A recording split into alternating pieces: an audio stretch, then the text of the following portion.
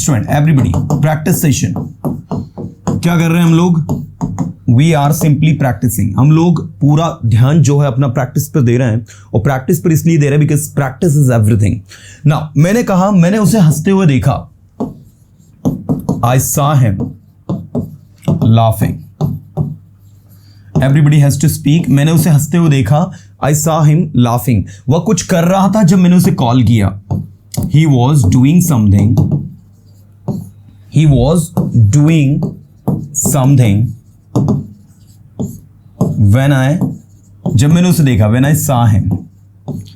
अब मैंने आपसे कहा कि ये जो दो सेंटेंस है, वह कुछ कर रहा था जब मैंने उसे देखा, इसे एक ही सेंटेंस में बनाओ। तो आप क्या करोगे पता है? मैंने उसे कुछ करते हुए देखा, I saw him doing something। आप देख सकते हैं I saw him doing something जो है, इसका मतलब वही निकल रहा है जो मतलब he was doing something when I saw him।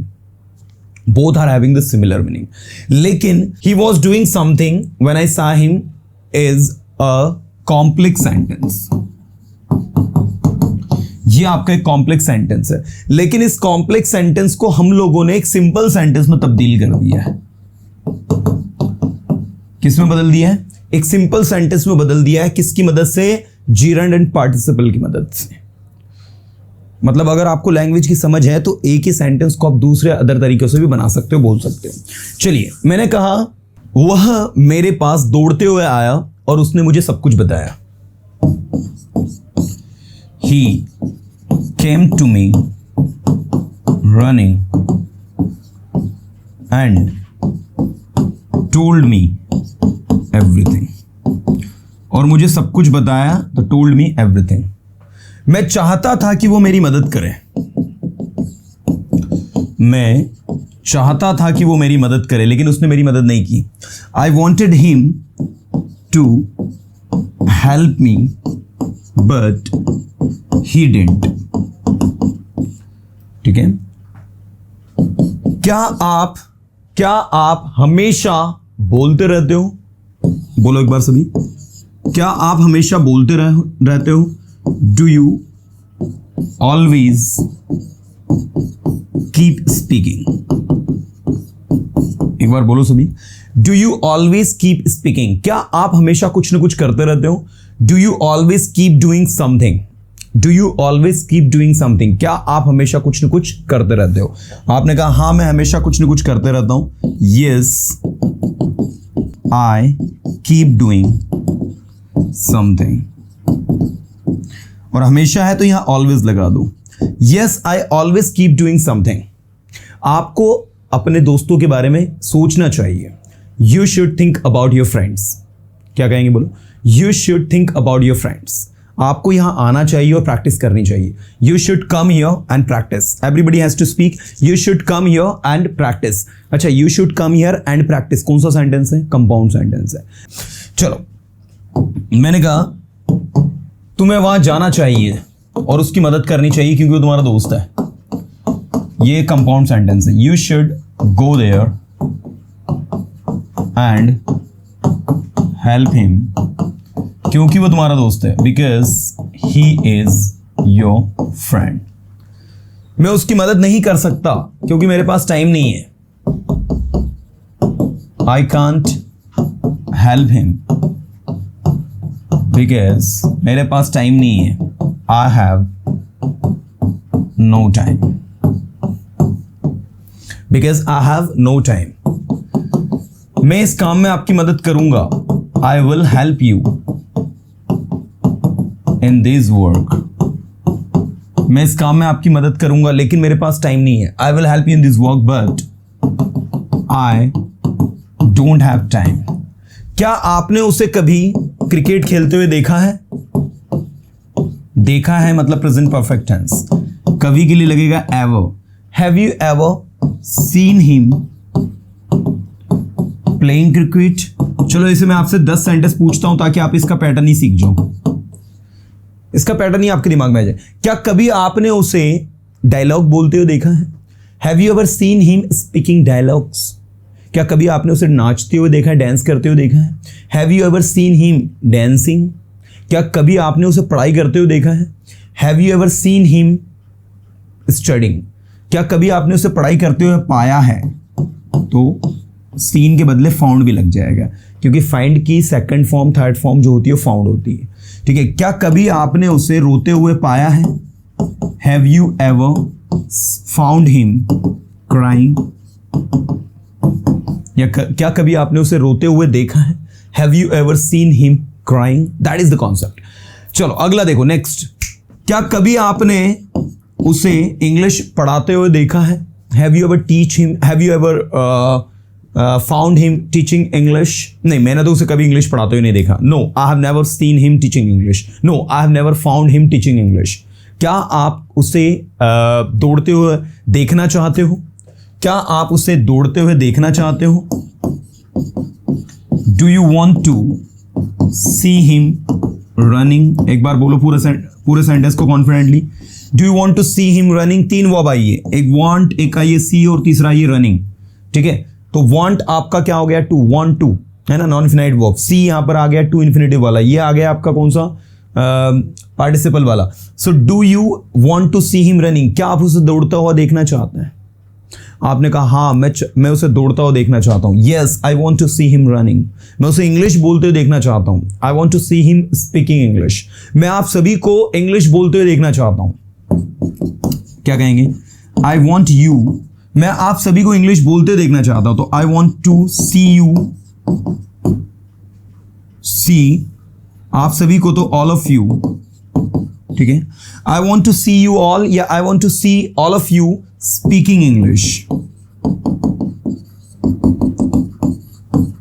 मैं आप सभी को कॉन्फिडेंटली इंग्लिश बोलते हुए देखना चाहता हूं।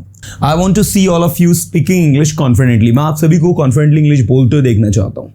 मैं चाहता हूं कि आप मेरे साथ दौड़े। I want you to run with me. I want you to run with me. मैं चाहता हूं कि आप सभी की मदद करें। I want you to help all. I want you to help all. मैं चाहता हूं कि आप कुछ इनोवेटिव सोचें। I want you to think something innovative. Come on, I want you to think something innovative. उसने मुझे पढ़ाई करते हुए देखा और उसने भी पढ़ाई करना शुरू कर दिया। चलो इसका इंग्लिश बना के बताऊं। उसने मुझे पढ़ाई करते हुए देखा, तो देखने के लिए फाइंड भी होता है, सी भी होता है, तो फाउंड लगा दो। He found me studying and उसने भी पढ़ाई करना शुरू कर दिया।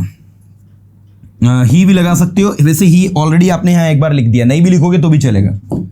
एंड स्टार्टेड या and he started studying as well. और ये जो एज वेल आया ये भी के लिए लगाया हमने। And he also started studying, और उसने भी, यहां पर ऑल्सो भी आप ऐसा लगा सकते हो। And he also started studying, ऐसा भी लिख सकते हो, ये भी सही है। और एज वेल भी लगा सकते हो। ही ऑल्सो स्टार्टेड स्टडिंग, और उसने भी पढ़ाई करना शुरू कर दिया। उसने मुझे दौड़ते हुए देखा और उसने भी दौड़ना शुरू कर दिया। ये आप बनाओगे, मैं नहीं बनाऊंगा। बनाओ, क्या बनेगा? उसने मुझे दौड़ते हुए देखा और उसने भी दौड़ना शुरू कर दिया। नाउ इन इंग्लिश क्या कहोगे? I will not speak this time, you guys have to speak yourself. उसने मुझे दौड़ते हुए देखा और उसने भी दौड़ना शुरू कर दिया। क्या कहोगे इंग्लिश में? फाउंड भी लगा सकते हो, सा भी लगा सकते हो, दोनों सही है। He saw me, he found me running and also started running, या ही ऑल्सो स्टार्टेड रनिंग, और उसने भी दौड़ना शुरू कर दिया। That is the concept, right? मैंने कहा बोलो यदि आप बोल सकते हो तो, स्पीक इफ यू कैन। सुनो यदि आप सुन सकते हो तो, लिसन इफ यू कैन। मैं चाहता हूं कि आप इंग्लिश इंप्रूव करें।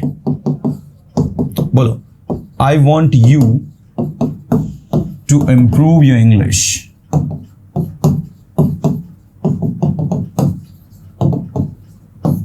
I want you to improve your English. क्या आप कॉलेज जाना चाहते हो? बोलो, क्या आप कॉलेज जाना चाहते हो?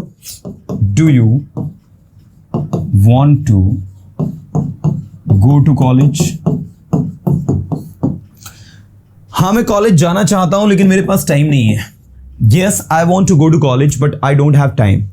आज आप क्या करोगे दिन भर? What will you do long day today? एक बार बोलो सभी, आज आप क्या करोगे दिन भर? चलो, कभी कभी वो मुझे बहुत ज्यादा गुस्सा दिलाता है. चलो इसकी इंग्लिश बना के बताओ. कभी कभी वो मुझे बहुत ज्यादा गुस्सा दिलाता है. Sometimes ही, किसी को गुस्सा दिलाने के लिए इंग्लिश में होता है make someone angry, या फिर irritate, तो irritate यूज करो, अब ये ज्यादा होगा. Sometimes he irritates me a lot. कभी कभी मुझे बहुत ज्यादा वो गुस्सा दिलाता है. Sometimes he irritates me a lot. मैं अपने आप को बहुत ज्यादा कंट्रोल करने की कोशिश करता हूं और कंट्रोल कर नहीं पाता हूं. I try to control myself a lot. Sorry. I try to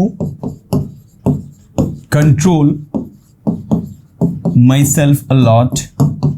लेकिन कर नहीं पाता हूं. But unable to control. अब जब नहीं कर पाते हो तो बट के बाद डायरेक्ट लिखो unable to control. I try to control myself a lot but unable to control. But unable to control मतलब कंट्रोल नहीं कर पाता. मैं उसे डांटना शुरू कर देता हूं. I start scolding him. I start scolding him. और वो रोना शुरू कर देता है. And he started crying. मुझे नहीं पता कि मैं उससे कैसे कंट्रोल करूं. I don't know how I can control him. देखिए, आपको कभी किसी को कंट्रोल नहीं करना होता. See, you never have to control anyone. आपको कभी किसी को कंट्रोल नहीं करना होता मतलब you never have to control anyone. आपको उसे है ना कुछ काम में इंगेज करने की जरूरत है. You need to make him engage in any activity. ठीक है, You need to make him engage in any activity. आपको उसे किसी काम में इंगेज करवाने की जरूरत है. जब वो किसी काम में इंगेज रहेगा ना तो आपको डिस्टर्ब ही नहीं करेगा, आपको इरिटेट ही नहीं करेगा. When he is engaged in any work, when he engages in any work, he will not disturb you. ठीक है, वो कहते हैं ना खाली दिमाग शैतान का घर. वो कहते हैं कि इंग्लिश में क्या कहेंगे? It is said that an empty mind